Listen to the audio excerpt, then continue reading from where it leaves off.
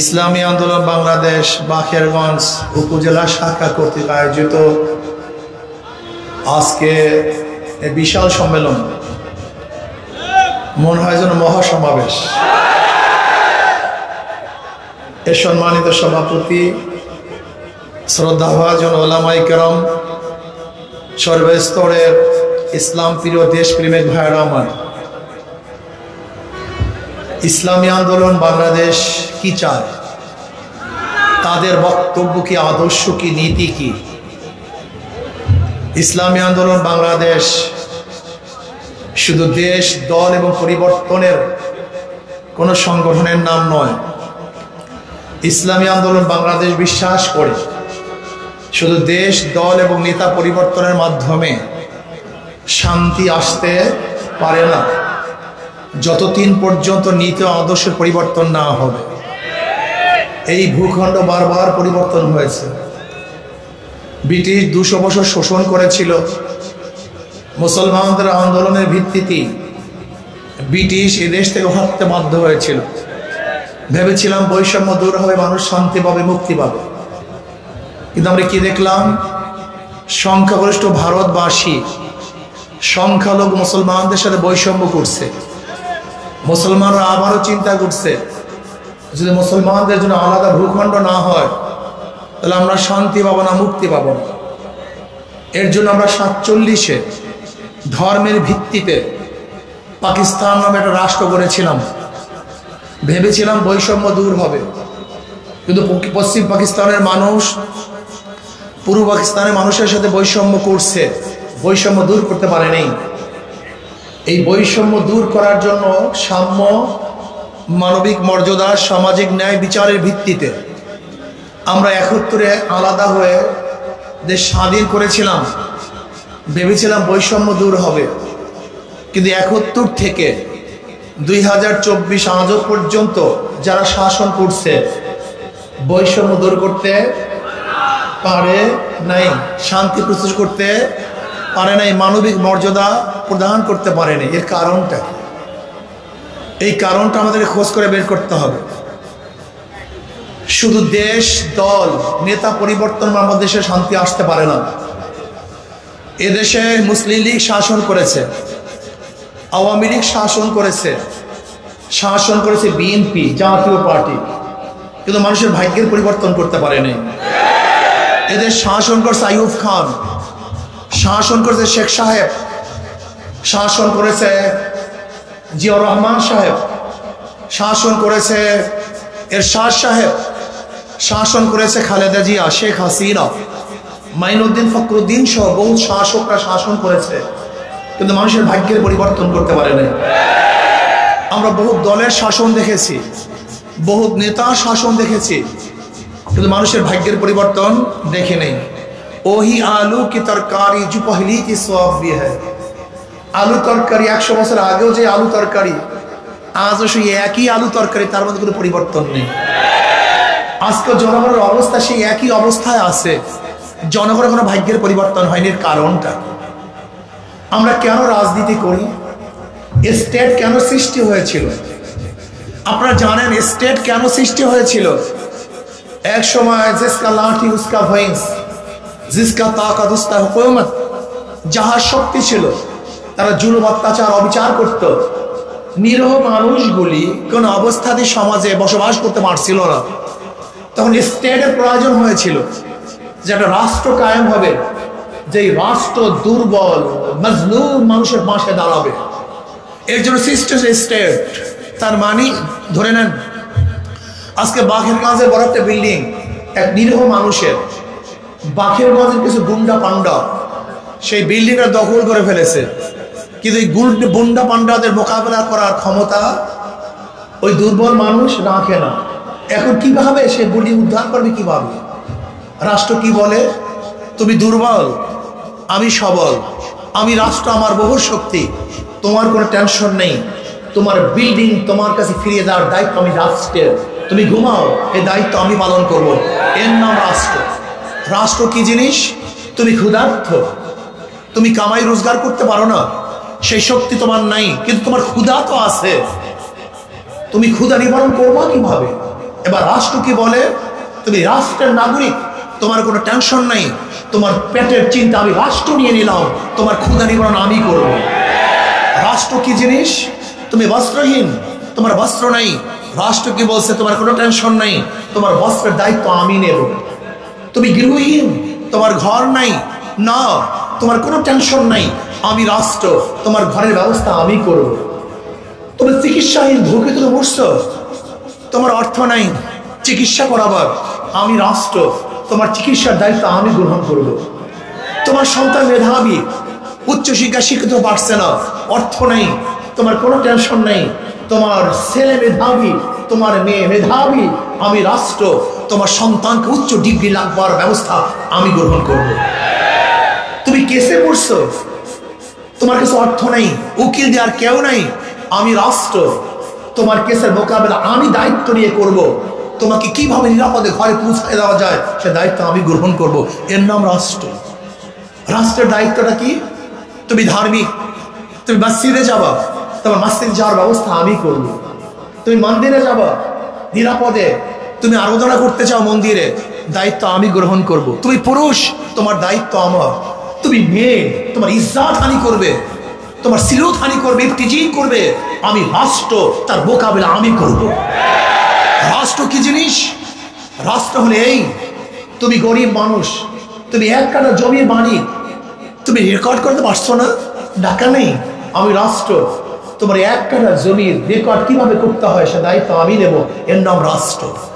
রাষ্ট্র কি জিনিস? তুমি ঘুমাবে, আমার পুলিশ তোমার দরজায় থাকবে, সে পাহারাদারি করবে। তুমি নির্বিঘ্নে ঘুমাবে, নাকে তেল দিয়ে ঘুমাবে, তোমার পাহাড় দেওয়ার দায়িত্ব আমি গ্রহণ করব। তোমার সম্মান, তোমার ইজ্জত, তোমার ইজ্জত আবরুর দায়িত্ব আমি গ্রহণ করব। তুমি হাঁটতে পারো না রাস্তায়, রাস্তা ভাঙ্গা, আমি রাষ্ট্র, এই রাষ্ট্র আমি রাস্তা নির্মাণ করে দেব। তোমার ব্রিজ নেই, তোমার ব্রিজের ব্যবস্থা আমি করি। তার মানে রাষ্ট্রটা কি আমরা জানিই না, কিন্তু আমরা রাজনীতি কি মনে করি? রাজনীতি মানে পেশি শক্তি ব্যবহার করা, রাজনীতি মানে কালো টাকাকে সাদা করার প্ল্যান করা, রাজনীতি মানে জুলুম করা, রাজনীতি মানে খুন করে খোলা আকাশের নিচে ঘুরা, রাজনীতি মানে আমি যত চুরি ডাকাতি করবো, আমি যেহেতু রাজনীতি করি, দল করি, আমার সাজা। রাজনীতি মানে আমি ধর্ষণ করতে মনে চায়, আমি ধর্ষণ করব। রাজনীতি মানে আমার খুন করতে মনে চায়, আমি খুন করব। রাজনীতি মানে আমার জমি দখল করতে মনে চায়, আমি জমি দখল করব না। এর নাম রাজনীতি না, ভুল করেছেন। বর্তমানে রাজনীতি কারা করে? বর্তমানে রাজনীতি ছিল রাজার নীতি অথবা নীতির রাজা।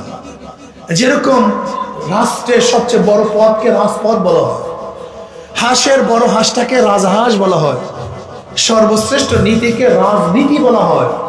অথচ রাজনীতি সর্বোৎকৃষ্ট ভালো নীতি।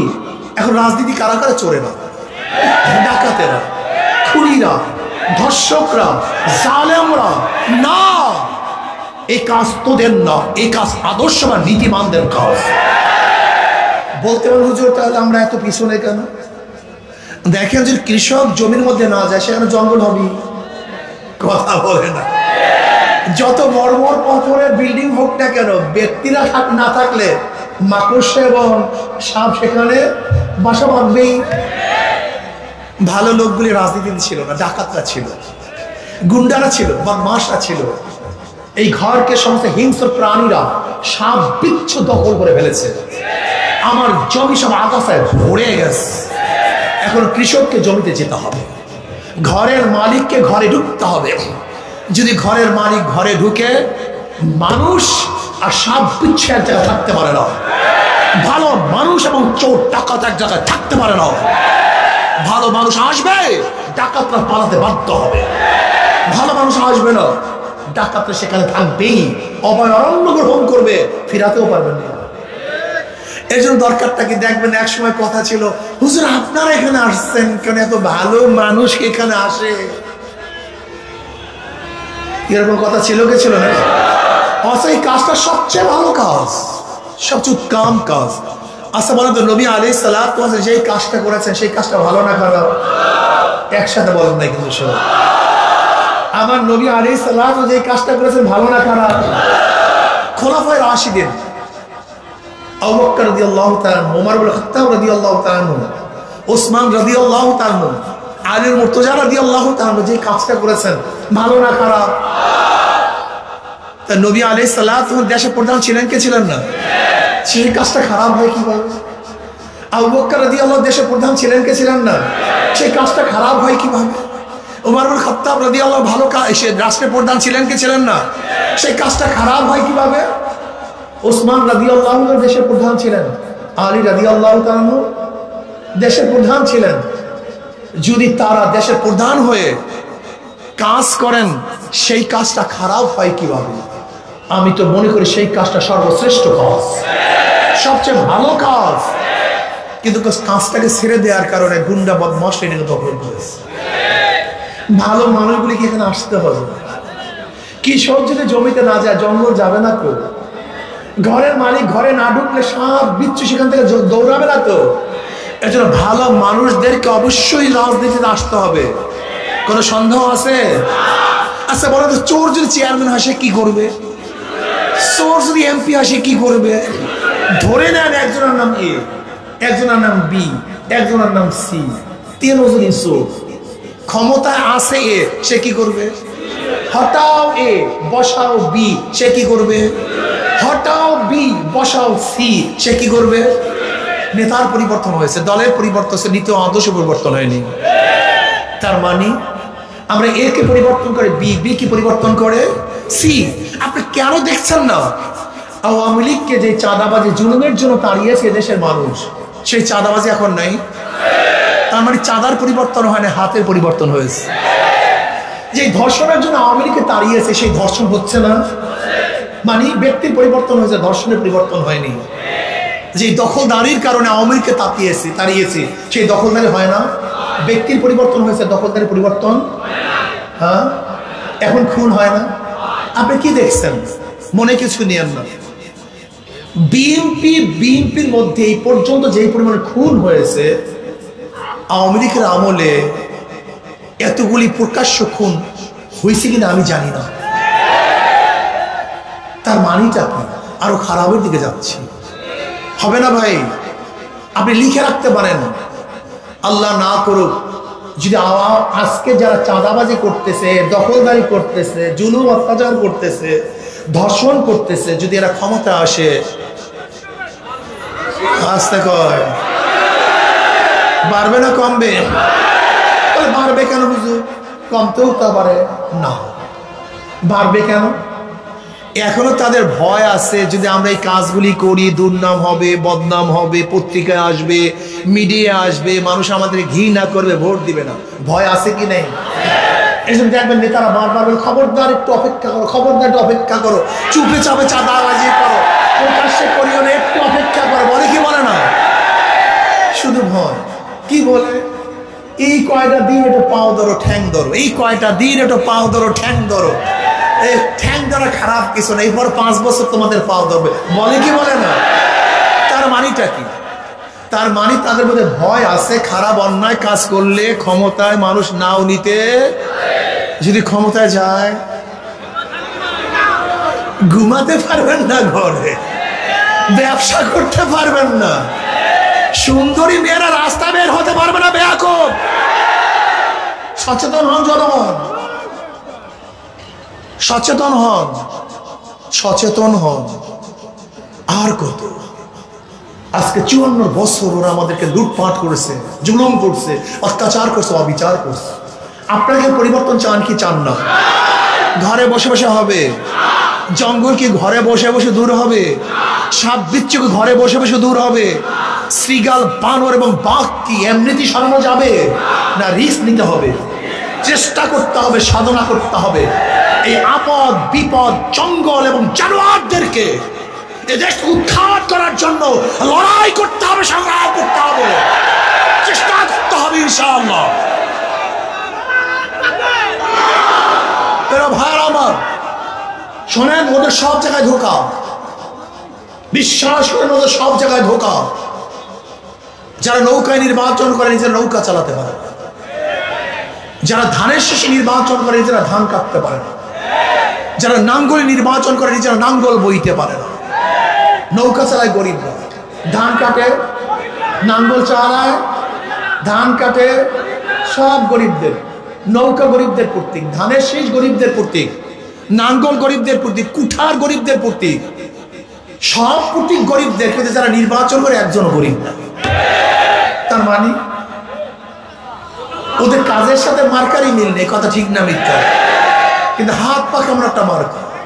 যে নির্বাচন করে সেও চালাতে পারে, যারা সমর্থন করে তারাও ঘুরাতে পারে। কথা না, মহিলারাও চালাতে পারে, পুরুষরাও চালাতে পারে, বড়রাও চালাতে পারে, ছোটরাও চালাতে পারে। হাত পা কামড়া যেন মুসলমানদের, হাত পা কামড়া যেন হিন্দু বৌদ্ধ খ্রিস্টানদের। কারেন্ট ফেল করে, হাত পাখা ফেল করে না, সবাইকে শান্তি দেয়। কাউর মার্কা ঘুমের সময় বুকের উপর থাকে না। দেখেন তো, কাউর মার্কা ঘুমের সময় বুকের উপরে, কলিজার উপরে থাকে না। একটা মার্কা যেটা ঘুমের সময় বুকের উপরে থাকে, তার নাম হাত পাখা। হাত পাখা মানে সর্বজনীন মার্কা, কুদরাতি মার্কা, সবার মার্কা। আমি বিশ্বাস করি হাত পাখা যদি বিজয় হয়, এই জাতি বিজয় হবে। হাত পাখা বিজয় হয়, সমাজ বিজয় হবে, এই রাষ্ট্র বিজয় হবে। কথা সত্য না মিথ্যা? আচ্ছা বলেন তো, হাত পাখাকে বিজয় করার জন্য সাধনার দরকার নেই, চেষ্টার দরকার নেই? আচ্ছা ভাই, খেয়াল দিয়ে শোনেন, খুব খেয়াল দিয়ে শোনেন, কথা বোঝার চেষ্টা করেন। মানুষ ব্যক্তি সংশোধনের জন্য এক চিল্লা দেয় না, ব্যক্তি সংশোধনের জন্য 3 চিল্লা দেয় না, ব্যক্তি সংশোধনের জন্য 1 বছরের চিল্লা দেয় না, সাল লাগায় না, জীবন সাল লাগায় না। কিসের জন্য ভাই? ব্যক্তি সংশোধনের জন্য সাধনা করে। তা আমরা কি ব্যক্তি এবং সমাজ এবং রাষ্ট্রকে সংশোধন করার জন্য মাত্র 3 মাসের চিল্লা দিতে পারি না? আসতে কর, 3টা মাস কেটে চিল্লা দিতে পারি না? ঘর ছাড়ার প্রয়োজন নেই, ঘর ছাড়ার দরকার নেই, গাট্টি বস্তা নিয়ে ঘরের বাইরে যাওয়ার দরকার নেই। মাত্র 12 ঘন্টা, 24 ঘন্টার 12 ঘন্টা, অথবা 8 ঘন্টা, অথবা 4টা ঘন্টা সময়। কয় ঘন্টা ভাই? 12 ঘন্টা, 8 ঘন্টা, 4টা ঘন্টা সময় জাহিলি সমাজকে পরিবর্তন করে কোরআন ও সুন্নাহর আইন বাস্তবায়নের জন্য আমি আমার 24 ঘন্টা সময়ের মধ্যে 12টা ঘন্টা, 8 ঘন্টা, 4 ঘন্টা সময় ব্যয় করব। রাজি আছেন ইনশাআল্লাহ? রাজি আছেন? নারায়ে তাকবীর, নারায়ে তাকবীর। মাশাআল্লাহ। নামেন, বসেন। আজকে শায়েখ সাহেব মনির রহমতুল্লাহ আলীকে মহব্বত করি, ইসলামী আন্দোলনকে ভালোবাসি অনেক। বসেন। অনেক মহব্বত করি, অনেক ভালোবাসি, ইসলামী আন্দোলনকে ভালোবাসি, মহব্বত করি। আমি প্রশ্ন করতে চাই, ইসলামী আন্দোলনকে মহব্বত করেন, ভালোবাসেন, সন্তানকে মহব্বত করার কারণে তার জন্য দামি জামা ক্রয় করেন, দামি জুতা ক্রয় করেন, স্ত্রীকে মহব্বত করার জন্য দামি স্বামী ব্যবহার করেন, ক্রয় করেন। ইসলামী আন্দোলন হাত পাখাকে মহব্বত করেন, জীবনের চেয়ে ভালোবাসেন। হাত পাখার প্রচারের জন্য একটা ফেস্টুনি, একটা ব্যানার দিতে পারেন না? এতটুকু ক্যাপ করতে পারেন না? এক ব্যক্তি দেখে জুতা দিয়া, শাল দিয়া জুতা মালিশ করতেছে, বলে কিরে এত দামি শাল দিয়ে জুতা মালিশ করার কারণটা কি? তাহলে জুতা হলে আমার টাকা, আর শাল হলে বাবার টাকা। যে জিনিসের পিছনে ত্যাগ নাই, সেই জিনিসের মহব্বত নেই, নাকি ভাই? যে জিনিসের পিছনে ত্যাগ নাই, আজকে যদি এখানে ভাড়া দিয়ে নিয়ে আসতাম, বিরিয়ানির পর বিরিয়ানি খাওয়াতাম, টাকা দিতাম, ওই মুছতে মুছতে কারবার শেষ হয়ে যায়। কিন্তু এখানে নিজের টাকা ব্যয় করে, সময় ব্যয় করে, তার ব্যবসাকে বন্ধ করে, কষ্ট ক্লেশ করে এখানে আসছেন। এর গুরুত্ব আর টাকা দিয়ে আনার গুরুত্ব কোনোদিন এক হতে পারে না। ত্যাগী মানুষের দামই ভিন্ন। সাহাবায়ে কেরাম রিদওয়ানুল্লাহি তাআলা আজমাইন যেরকম ত্যাগী ছিলেন, আমাদের ত্যাগী হতে হবে। নবী আলাইহিস সালাতু ওয়াস সালামকে মক্কাবাসী স্থান না দিলেও মদিনাবাসী, নবী আলাইহিস সালাতু ওয়াস সালামকে মদিনাবাসী কি করেছেন? আগের থেকেই জায়গাকে তৈরি করেছেন, পরিবেশ সৃষ্টি করেছেন। নবী আলাইহিস সালাতু ওয়াস সালাম নিয়ে এসেছেন রাজার হালাতে। আমি বিশ্বাস করি বাকেরগঞ্জ মানুষ এমন এক অবস্থার সৃষ্টি করবেন যেখানে যেন যেখানে একজন লোক খেদমত করার মতো আগ্রহ সৃষ্টি হয়। তাদের মধ্যে আগ্রহ সৃষ্টি হয় যেন ওখানে খেদমত করার মৌকা আছে, জায়গা আছে। কথা ঠিক না? আমি বিশ্বাস করি, আমার কথা অনেকেই বলেন, আমি আমাদের দায়িত্বশীলকে বলেছি যে ভাই দেখো, আসলে বাকেরগঞ্জ আসা তো আমাদের জন্য অনেক সহজ। বরিশাল যেতে আমাদের টোল দেয়া লাগে, কিন্তু বাকেরগঞ্জে আসতে কোনো জায়গায় টোল দেয়া লাগে। বরিশাল শহরে যাইতে যত সময় লাগে, বাকেরগঞ্জ আসতে এত সময়ও লাগে না। আর বাকেরগঞ্জের ওপারে ইউনিয়ন কিন্তু সব আমাদের কাছাকাছি, সবই একই জায়গায়। আর বাকেরগঞ্জের সাথে ঐতিহাসিকভাবে চরবনের সম্পর্ক অনেক বেশি। আমার দাদাজান রহমাতুল্লাহ এখানে অনেক আগের থেকেই কাজ করেছেন, আব্বাজান রহমাতুল্লাহ বাকেরগঞ্জ অনেক আগের থেকেই কাজ করেছেন। বাকেরগঞ্জে আমরা সব সময় বেশি বেশি সফর করি। বাকেরগঞ্জের মানুষগুলো আমাদের মহব্বত অনেক বেশি করে, ভালো অনেক বেশি বাসে। আমরা বাকেরগঞ্জের মানুষদেরকে অনেক বেশি ভালোবাসি। আর বরিশাল সৃষ্টি হওয়ার আগে তো বাকেরগঞ্জই জেলা ছিল। কথা ঠিক না? এতে ঐতিহাসিকভাবে আমরা সবই একই। কিন্তু আমি মনে করি যে বাকেরগঞ্জের মানুষ সেইভাবে নিজেদেরকে প্রস্তুতি নিতে পারে, প্রত্যেক ওয়ার্ডের মধ্যে 500 লোক, 300 থেকে 500 লোক তৈরি করতে পারে।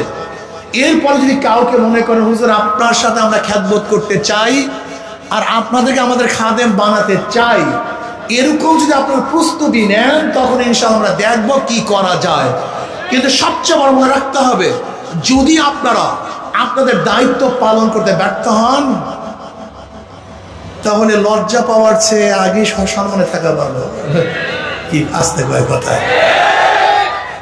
যদি আপনারা সম্মানিত করতে পারেন, ইসলামকে বিজয় করতে পারেন, হাত পাখায় বিজয় করতে পারেন, এত মানুষের মন ভাঙ্গার মতো লোক আমরা না।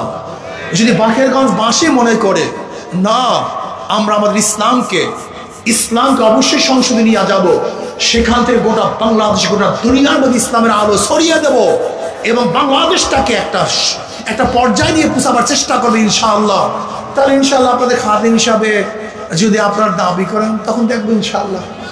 কিন্তু শর্ত হলো কি, প্রত্যেকটা ওয়ার্ডে 300 থেকে 500 করবে ইনশাআল্লাহ, আমরা তৈরি করবো। কি রাজি আছে ইনশাআল্লাহ? কি খাটতে রাজি আছে ইনশাআল্লাহ? ধোকাবাজি করবেন না, মুনাফিকি করবেন না। আজকের থেকে ইনশাআল্লাহ খাটবো, সদস্য ক্রয় করব, সদস্য বানাবো। এরকম কে কে আছে? 2 হাতে নারায়ে তাকবীর, নারায়ে তাকবীর। আলহামদুলিল্লাহ, সবাই আছেন নাকি? নাকি আমার সে আপনাদের হাত আগে নেমে গেছে, তার মানে হলো দুর্বল আছেন নাকি? একটু দাঁড়ায় যান তো। আলহামদুলিল্লাহ, সবাই জোরে স্লোগান দেন, নারায়ে তাকবীর, নারায়ে তাকবীর। ইনশাআল্লাহ আজকে থেকে নহে সমাপ্ত কর্মমোদের, অবকাশ কোথায় বিশ্রামের। ইনশাআল্লাহ বিজয় ছিনিয়ে আনার আগ পর্যন্ত মাঠ ছাড়বো না ইনশাআল্লাহ।